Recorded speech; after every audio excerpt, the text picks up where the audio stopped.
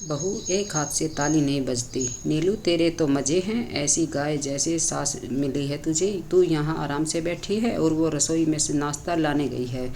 मेरी सास पर भारी पड़ती हूँ, सारे घर का काम इन्हीं से ही करवाती हूँ।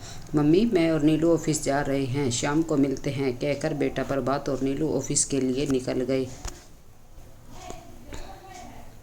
और कुसुम जी घर के कामों में लग गई। यह रोज़ की दिनचर्या थी कुसुम जी की।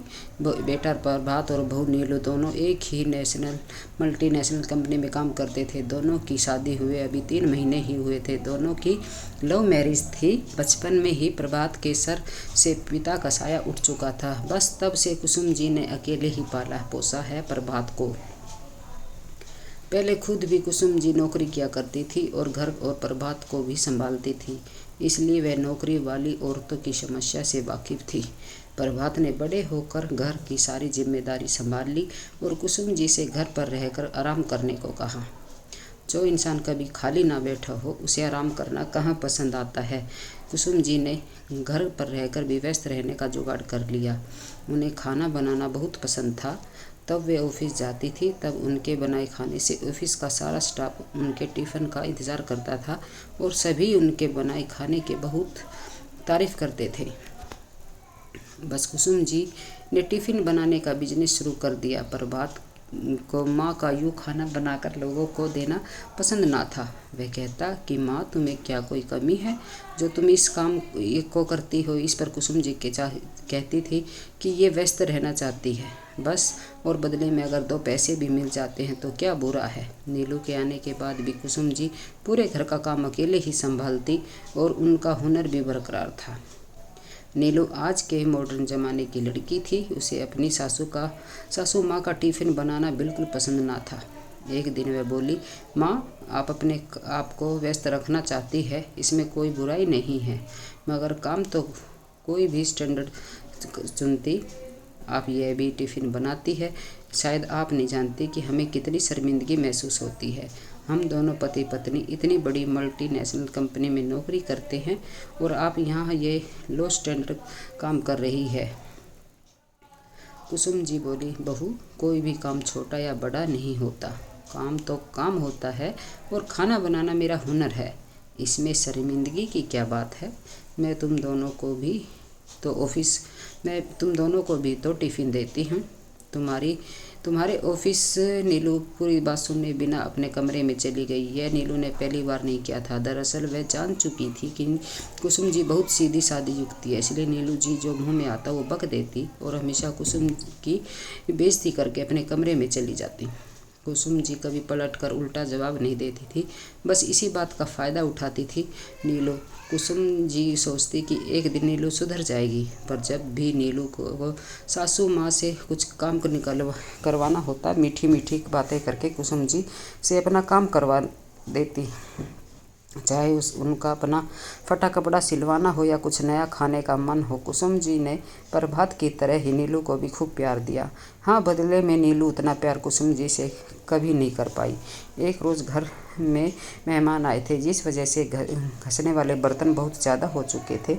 कुसुम जी ने नीलू को आवाज़ दी वह उनकी थोड़ी मदद कर दे, मगर नीलू आकर बोली, मम्मी जी ये नौकरानियों वाले काम आप ही करिए, मुझे ऐसे काम करके मेरे हाथ नहीं खराब करने।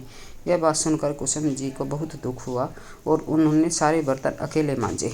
दूसरे ही दिन नीलू अपने कुछ सहेलियों को घर लाई थी। कुसुम जी ने उनको आदर के साथ बैठाया और नाश्ता लाने अंदर चली गई। नीलू की सहेली उर्वशी बोली, वाह नीलू तेरे तो मज़े हैं, ऐसी गाय जैसी सास मिली है तुझे। तू यहाँ आराम से बैठी है और वे रसोई में नाश्ता लाने गई है। और तभी ठहाके लगाकर हंस पड़े।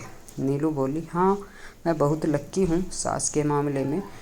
हर जगह सास बहू को सुनाती है, मगर मेरे केस में उल्टा है। यहाँ मैं अपनी सास पर भारी पड़ती हूँ, सारा घर का काम इनसे करवाती हूँ और मैं मज़े करती हूँ। आज कुसुम जी को अपने कानों पर विश्वास नहीं हुआ। उन्होंने नीलू को बेटी से बढ़कर प्यार किया, मगर बदले में बस यह इस घर की एक नौकरानी बनकर रह गई थी। कुसुम जी जैसे ही बाहर आई सभी चुप हो गए। कुसुम जी ने नाश्ता और चाय टेबल पर रखा और काम करती रही। नीलू काम से थक जाती यह सोचकर हमेशा उसका सारा काम हंसी खुशी कर लेती। मैं बेटे बहू के पैसों पर बिल्कुल आश्रित नहीं हूँ। कुसुम जी नीलू से बोली, बहू कल से तुम अपना टिफ़िन खुद बनाना, अपने कपड़े खुद सिलना और हाँ, हर संडे तुम्हें क्या कुछ नया खाने का मन होता है वह भी खुद बनाना। नीलू बोली, माँ सॉरी, मेरे बोलने का मतलब वैसा कुछ नहीं था। नीलू ने सोचा, जिस तरह वह हमेशा अपनी सास को मीठी मीठी बातों में फंसा लेती है वैसे ही इस बार भी उन्हें पटा लेगी। मगर इसके विपरीत आज कुसुम जी ने नीलू को पूरी बात नहीं सुनी और बोली, बहू ताली एक हाथ से नहीं बजती। प्यार और सम्मान पाने के लिए पहले प्यार और सम्मान देना होता है। मैंने कभी तुमसे और प्रभात में फ़र्क नहीं किया, मगर आज तुमने मुझे फ़र्क समझा दिया। नीलू माँ पुकारती रही, मगर आज कुसुम जी को नीलू के शब्द तीर की तरह चुभे थे। उनकी कोई दवा न थी। कुसुम जी ने अपनी बहू का घमंड आज चकनाचूर कर दिया। नीलू की सहेलियों के सामने उसका खुद का आज मजाक बन गया था। दोस्तों, घर के बूढ़े लोग कोई इस्तेमाल की वस्तु नहीं कि जब चाहा उनका उपयोग किया और जब चाहा उनका तिरस्कार किया। भले घर के बुजुर्ग तो घर की मजबूत नींव है जो पूरे परिवार को बांधे रखते हैं। इस दुनिया में अक्सर लोग शरीफ लोगों के साथ दिल का नहीं दिमाग का रिश्ता इस्तेमाल करते हैं, मगर वे भूल जाते हैं कि शरीफ इंसान को जब चोट पहुंचती है तो वह घायल शेर बन जाता है। इसलिए कभी किसी को अपने फ़ायदे के लिए इस्तेमाल ना करें। उस इंसान की कीमत समझे जो आपके लिए सब कुछ निस्वार्थ भावना से करता है। दोस्तों, क्या कुसुम जी ने सही किया? ज़रूर बताइएगा। आप अगर कुसुम जी की जगह